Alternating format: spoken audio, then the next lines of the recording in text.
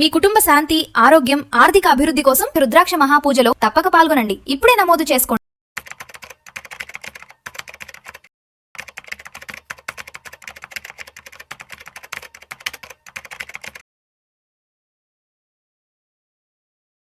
నమస్తే సాయిరామ్ గారు. నమస్తే మేడం.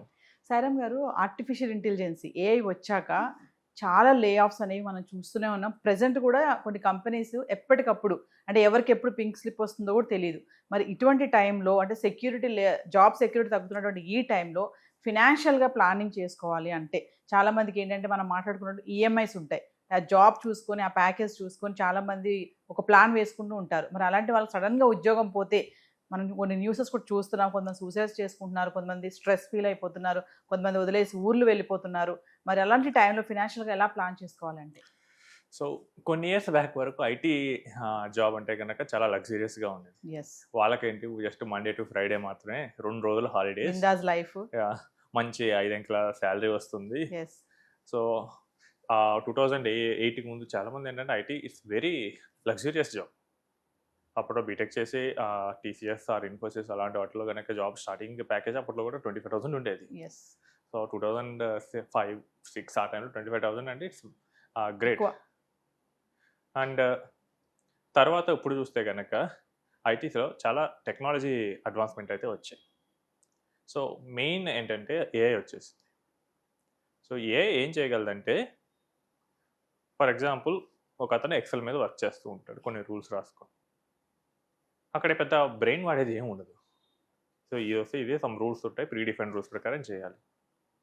సో ఈ మనిషి అయితే కొంచెం ఎనర్జీ లాస్, మాన్యువల్గా చేస్తాం కాబట్టి ఎర్రర్స్ ఇవన్నీ ఉంటాయి. అదే కంప్యూటర్కి ఇస్తే అది ఆటోమేటిక్గా ప్రాసెస్ చేసి పడేసి ఇక్కడ ఆటోమేషన్ వాడచ్చు.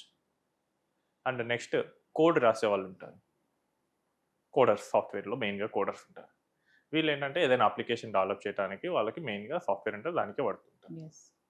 బట్ ఇప్పుడు ఏంటి, క్లౌడ్ అదేం చేస్తుంది, దానికి మనం కంటెక్స్ట్ ఇస్తే అదే కోడ్ రాస్తుంది. సో జస్ట్ మనం క్లౌడ్లోకి వెళ్ళి నాకు ఒక బిజినెస్ ఉంది, సో ఫర్ ఎగ్జాంపుల్ నేను ఒక టైలరింగ్ బిజినెస్ నడుపుతున్నాను, నాకు ఒక మంచి వెబ్సైట్ కావాలి, నేను ఈ లొకేషన్లో ఉంటున్నాను, నాకు ఈ సెట్ ఆఫ్ క్లయింట్స్ ఉన్నారు, వీళ్ళకి తగ్గట్టుగా మంచిగా యూఐతో ఉండేటట్టు ఒక వెబ్సైట్ తయారు చేయండి, $20 క్లౌడ్ రెంట్. ఈ ప్రాంప్ట్ ఇస్తే కనుక నీట్గా అది కోడ్ రాసేసింది.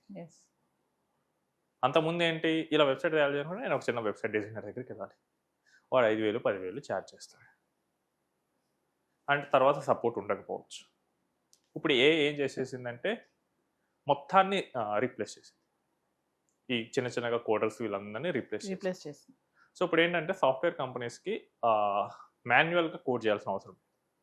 అప్పుడు వాళ్ళు కంపెనీ ఓనర్లు ఎలా ఫీల్ అవుతారంటే, ఓకే ఇప్పుడు ఏంటంటే ఎక్కువ కోడర్స్ అవసరం లేదు, ఎక్స్పర్ట్ అయినా ఒక 4-5 పెట్టుకుందాం, కోడ్ ఎలాగో మిషనే రాస్తుంది, అందులో ఏమైనా ఎర్రర్స్ ఉంటే నేను చూడటం, ఎర్రర్స్ లేకపోతే ఆటోమేటిక్గా వర్క్ అయిపోతుంది. సో ఎంప్లాయీ ఫోర్స్ని తగ్గిస్తున్నారు. సో దీనికే చాలామందికి లే ఆఫ్స్ వస్తుంది. అండ్ ఇంకోటి రీజన్ ఏంటంటే కనుక మనకి ఈ ఏఐ వాటిలో ఇన్వెస్ట్ చేయడానికి చాలా కంపెనీస్ ఈ శాలరీస్ మనకి తక్కువ స్కిల్ ఉన్న ఎంప్లాయీస్కి శాలరీ ఇచ్చే బదులు ఏ మీద ఇన్వెస్ట్ చేస్తారు, సో దట్ వాళ్ళ ప్రొడక్టివిటీ బాగుంటుంది, పెరుగుతుంది. సో 10 మంది చేసే వర్క్ని అది ఒక రోజులో చేసేస్తుంది.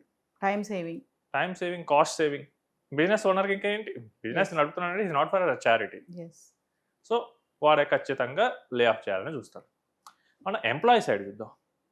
ఎంప్లాయీ ఏంటంటే ఈ జాబ్ ఉంది, మంచి ఐటీ జాబ్ ఉంది, నాకు నెలకు 2 లక్షలు వస్తుంది లేదా 1,50,000 వస్తుంది అని చెప్పేసి ఒక ఇల్లు కొనుక్కుంటాడు లోన్ మీద.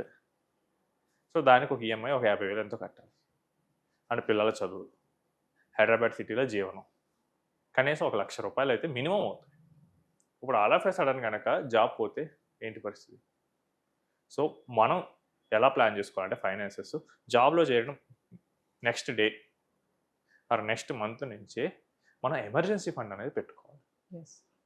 సో ఇప్పుడు ఎమర్జెన్సీ ఫండ్ ఉంటే కనుక ఇప్పుడు పింక్ స్లిప్ ఇచ్చారు, మీకు నెక్స్ట్ మంత్ నుంచి రావక్కర్లేదు అన్నారు, నాకు ఒక 1 year సరిపడా కార్పస్ ఉందనుకోండి, నాకు ఖర్చు 1 lakh, నాకు 12 lakhs ఎమర్జెన్సీ ఫండ్లో ఉన్నాయనుకోండి.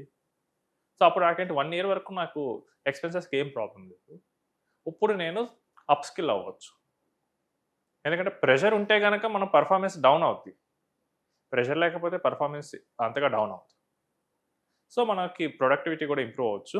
అప్ స్కిల్లింగ్ చేసుకొని నేను మళ్ళీ టాలెంట్ దగ్గర 3 months ఆర్ 4 months తర్వాత ఖచ్చితంగా నేను మళ్ళీ రీఅప్లై చేసుకుంటాను, నాకు జాబ్ వస్తుంది.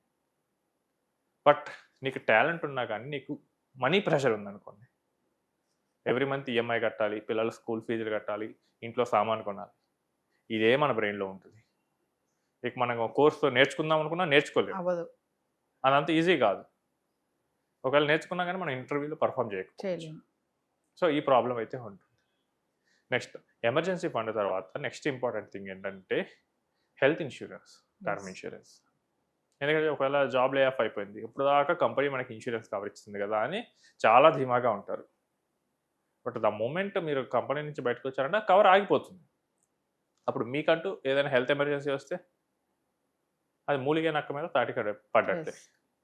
సో మీకంటూ మీరు కనీసం ఒక 25 lakhs ఈరోజు హైదరాబాద్లో మీరు ఉంటున్నారంటే కనుక 25 lakhs మినిమం ఒక హెల్త్ ఇన్సూరెన్స్ పాలసీ తీసుకోవాలి, విత్ హై బోనస్ వచ్చే పాలసీస్ తీసుకోండి. అండ్ టర్మ్ ఇన్సూరెన్స్ మనకి లోన్స్ ఎంత ఉన్నాయి దానికి తగ్గట్టు మనకి టర్మ్ కవర్ కూడా తీసుకోవాలి. అండ్ నెక్స్ట్ ఇంకేంటంటే ఈ రెండు అయిపోయిన తర్వాత మనం ఇప్పుడు లాంగ్ టర్మ్ సేవింగ్స్ కోసం మొదలు పెట్టుకోవాలి. Yes. ఇప్పుడు నా దగ్గర కొంతమంది క్లయింట్స్ ఉన్నారు who started with around 22 years of age and 27 years వచ్చేసరికి they had around 1 crore corpus. So 5 yearsలో వాళ్ళు సాధించారు. They may be talented or ఒక మంచి ఐఐటి నుంచి మంచి ప్యాకేజ్తో వచ్చారు, that's a different story. Yes. But వాళ్ళు 5 yearsలో చేస్తే మనం నార్మల్ ప్యాకేజ్ ఉంటే 10 yearsలో చేయొచ్చు. మనం ఇందాక మాట్లాడుకున్నట్టు 10 yearsలో 1 CR. Duration period of Yeah. Time పెరుగుతుంది అంతే. బట్ మనం ఎర్లీగా స్టార్ట్ చేస్తే కనుక మనకి కాన్ఫిడెన్స్ ఉంటుంది. And Yes. ఇంకేంటంటే ఈ సిచ్యువేషన్ సడన్గా రేపు ఏమో లే ఆఫ్ వస్తుంది అంటే ఈ రోజు నుంచి నేను మొదలు పెడతా అంటే అవ్వదు. సో ఏదైనా మనం బిల్డ్ చేయాలంటే ఇయర్స్ ఆఫ్ ఎఫర్ట్ అనేది పెట్టాలి. Yes. స్టార్ట్ చేయాలంటే ఒక్క మూమెంట్గా చేయొచ్చు. Yes. సో మనం ముందుగానే పక్కాగా రేపు ఎమర్జెన్సీ వస్తే ఏంటి, రేపు ఆల్ ఆఫ్ ఎ సడన్ నన్ను జాబ్లో నుంచి వెళ్ళిపోమంటే నేనేం చేయాలి, సో ఇది చూసుకోవాలి. 2024లో నాకు ఒక క్లయింట్కి ఇదే సిచ్యువేషన్ వచ్చింది మేడం. సో ఆయన్ని వెళ్ళిపోమన్నారు, ఎందుకంటే ఆయన సీనియర్ లెవెల్లో ఉన్నారు, ఆయనకి ఎక్కువ పే ఇవ్వాలి, దాని బదులు కొంచెం మిడ్ లెవెల్లో వాళ్ళని తీసుకుందామని వాళ్ళ మేనేజ్మెంట్ ఫీల్ అయింది. సో ఆయనకి అరౌండ్ 84 lakhs ఆ రోజు కార్పస్ ఉంది. సో ఏం బాధపడకుండా వచ్చాడు, జస్ట్ నార్మల్గా కాల్ చేశాడు, ఏంటి సార్ ఏంటి ఇప్పుడు కాల్ చేస్తున్నారంటే సో ఇది ఇలా లే ఆఫ్ అయ్యాను మీకు చెప్దాం అనుకుంటున్నాను. సో మరి మీరు ఏమైనా వరీ అవుతున్నారు, ఒక 3 years ముందు అయితే వరీ అయ్యామని ఇదే సిచ్యువేషన్ వస్తే కనుక. ఇప్పుడు నా దగ్గర కార్పస్ ఆల్మోస్ట్ 84 lakhs ఉంది, ఆయనకి ఈఎంఐస్ ఇవన్నీ కలుపుకున్నా కానీ అరౌండ్ 1,20,000 అంతకన్నా ఎక్కువ అవ్వవు. Yes.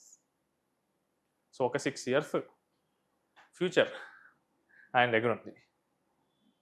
సో ఏం చేస్తారు సార్ అంటే నేను అయితే అప్ స్కిల్ ట్రై చేస్తాను, లేదా వేరే ఏదైనా కంపెనీలో నేను అప్లై చేస్తాను, 6 monthsలో అయినా వస్తుంది, 3 months కాకపోతే 6 monthsలో అయినా నాకు జాబ్ అయితే వస్తుంది ఖచ్చితంగా. సో నేను దానికి ట్రై చేస్తాను, ఒకవేళ వర్కౌట్ అవ్వట్లేదు నెక్స్ట్ ఇయర్ నేను ఊరికి వెళ్ళిపోతాను. So it was very clarity ఉంది అంటే ఎందుకంటే క్యాష్ ఇక్కడ క్యాష్ ఉంది ఉంది కాబట్టి. సో సెకండ్ మంతే జాబ్ వచ్చేసింది. సో ఇదేంటంటే మనకి క్లారిటీ ఉంది and cash is a support way. Yes. And ఇంకోటి మనకి ఐటీస్లో ఏంటంటే ప్రెషర్ కూడా చాలా ఎక్కువ ఉంటుంది ఎంప్లాయీస్ మీద, విపరీతమైన పని ఒత్తిడి ఉంటుంది. టార్గెట్స్. యా ఏంటంటే వీళ్ళకి ప్రాజెక్ట్ సబ్మిషన్ చేయాలి. Yes. సో డెడ్ లైన్ ఉంటుంది, ఈ డెడ్ లైన్ లోపల మనం రిలీజ్ చేయాలి ఫీచర్ని. సో దానికోసం రెయిన్ బౌల్లో వీళ్ళు వర్క్ చేయాల్సి వస్తుంది.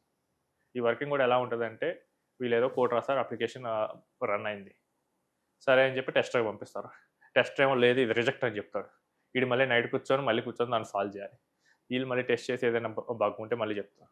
ఇదంతా బాగానే ఉంది అని రిలీజ్ చేశారు, ప్రొడక్షన్లో కొత్త బగ్స్ రావచ్చు, వీళ్ళకి మళ్ళీ ఇక రాత్రి 2 అయినా 3 అయినా కూర్చొని చేయాలి.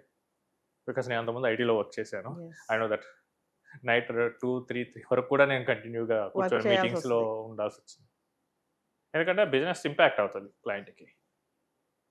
సో మనం విపరీతమైన ప్రెషర్లో వర్క్ చేస్తూ ఉంటాం. ఇక్కడ ఏంటంటే కొంతమంది మేనేజర్లు కూడా హెక్టిక్గా ఉంటారు, సో వర్క్ చేసినా చేయలేదు అన్నట్లు, కొంతమందికి ఫేవరబుల్గా ఉండు. పార్షాలిటీ. యా సో మా క్లయింట్కి కూడా సేమ్ హెక్టిక్ మేనేజరే ఉన్నారు.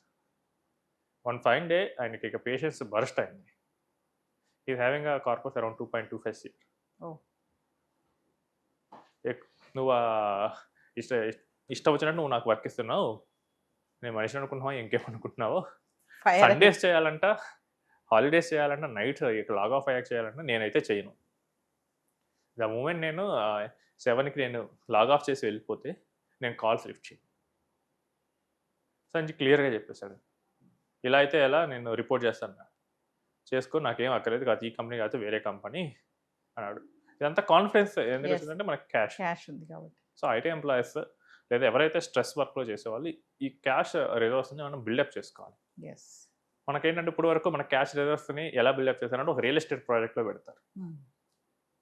చూడండి మేడం, ₹1 కోటి ఇల్లు ఉంది వర్సెస్ ₹1 కోటి స్థలం వర్సెస్ ₹1 కోటి ఫిక్స్డ్ డిపాజిట్. మనం మ్యూచువల్ ఫండ్ కూడా వద్దు, ఈ ఫిక్స్డ్ డిపాజిట్ తీసుకో. ఈ మూడిట్లో ఏది మనకి ఎక్కువ కాన్ఫిడెన్స్ ఇస్తుంది? హార్డ్ టైమ్స్లో స్థలం ఉందంటే నాకు ఇన్కమ్ ఏమీ రాదు, ఇల్లు ఉందని కనీసం నేను తక్కువ దానికి వెళ్ళి రెంట్కి ఇచ్చి కొంచెం తెచ్చుకోవచ్చు. బట్ ఎఫ్డి చూడండి ఎంత కాన్ఫిడెన్స్ ఇస్తుంది. సో మనకి ఫైనాన్షియల్ అసెట్ అనేది ఎప్పుడు కష్టకాలంలో మనం ఆదుకుంటుంది.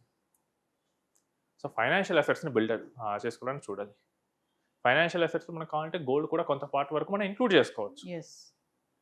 సో నాకు ఆ టోటల్ పోర్ట్ఫోలియోలో 10% వరకు గోల్డ్ కానీ సిల్వర్ కానీ అలాంటివి పెట్టుకోవచ్చు. బట్ మెయిన్గా మన టార్గెట్ ఎలా ఉండాలంటే మనకి జాబ్ వచ్చిన తర్వాత నెక్స్ట్ 10 or 15 ఇయర్స్లో నేను రిటైర్ అవ్వడానికి ఈక్వలెంట్గా నేను ప్లాన్ చేసుకోవాలి.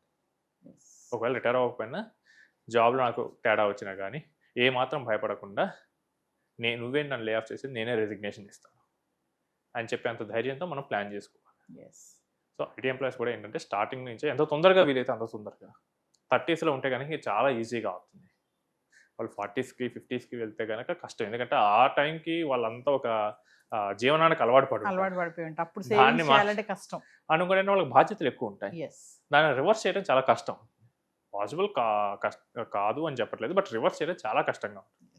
బట్ 30sలో ఉన్న వాళ్ళకి, లేట్ 20sలో ఉన్న వాళ్ళకి, అప్పుడే మ్యారేజ్ అయిన వాళ్ళకి, వీళ్ళకి ఏంటంటే ఎక్స్పెన్సెస్ అంత ఎక్కువ ఉండవు, సేవింగ్స్ స్కోప్ ఎక్కువ ఉంటుంది.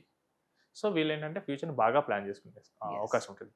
ఇన్ కేస్ ఏదైనా లే ఆఫ్ జరిగినా కానీ ఈజీగా బయటపడడానికి స్కోప్ ఉంటుంది. Thank you. రైట్.